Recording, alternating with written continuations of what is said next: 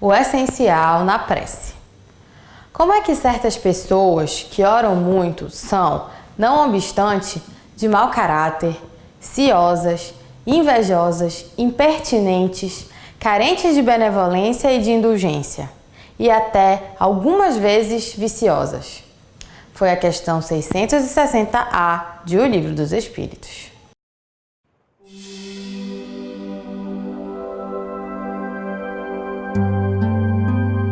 Espiritualidade em gotas.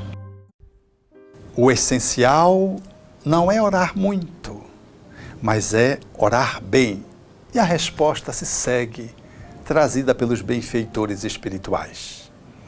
Historicamente, a nossa forma de se relacionar com o divino tem se identificado mais com uma postura para fora, para o exterior.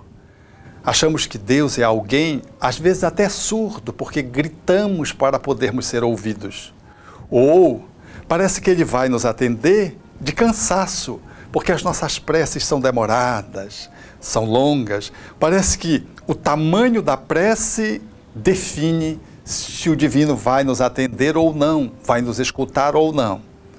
Em realidade, essa formatação de relação com a divindade, Jesus, ao seu tempo, já fizera críticas dos fariseus que tinham uma prospecção muito para fora, oravam nas esquinas das ruas trombeteando mais para serem vistos do que para serem ouvidos pelo divino, e propunha uma outra forma de se relacionar com a divindade, fechando a porta do seu quarto, ou seja, fazendo uma imersão. Há, portanto, um outro jeito de se relacionar com a divindade, que não está circunscrita, adstrita a uma postura exterior, que pode comparecer com muito fervor e sinceridade pelo um crente. Mas o fundamental, o essencial, é o que vai para dentro, não é o que se exterioriza. O indispensável é fechar a porta e mergulhar nas profundezas da alma. Porque Deus já sabe, muito antes que possamos expressar os nossos sentimentos, de que nós necessitamos, diria Jesus, não é pela multiplicidade de palavras que sereis ouvidos. Querendo dizer, de que esse movimento para dentro nos identifica com a divindade, porque a divindade também está em nós, pelo que nós fomos criados por Deus e temos uma plugagem com o divino quando conseguimos acessar o nosso íntimo mais íntimo.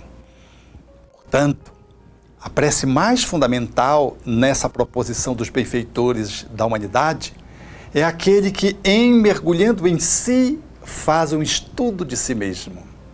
Uma proposição inteiramente renovadora colocada há 160 anos atrás, de que o filho, para encontrar o pai, deve mergulhar nas suas entranhas para encontrar a sua própria origem, identificar a sua ascendência e poder, conectado com o divino que somos, estudando-nos, indo para além da nossa superficialidade, da nossa personalidade, conectar-se com a nossa essência, que é a mesma essência do Criador.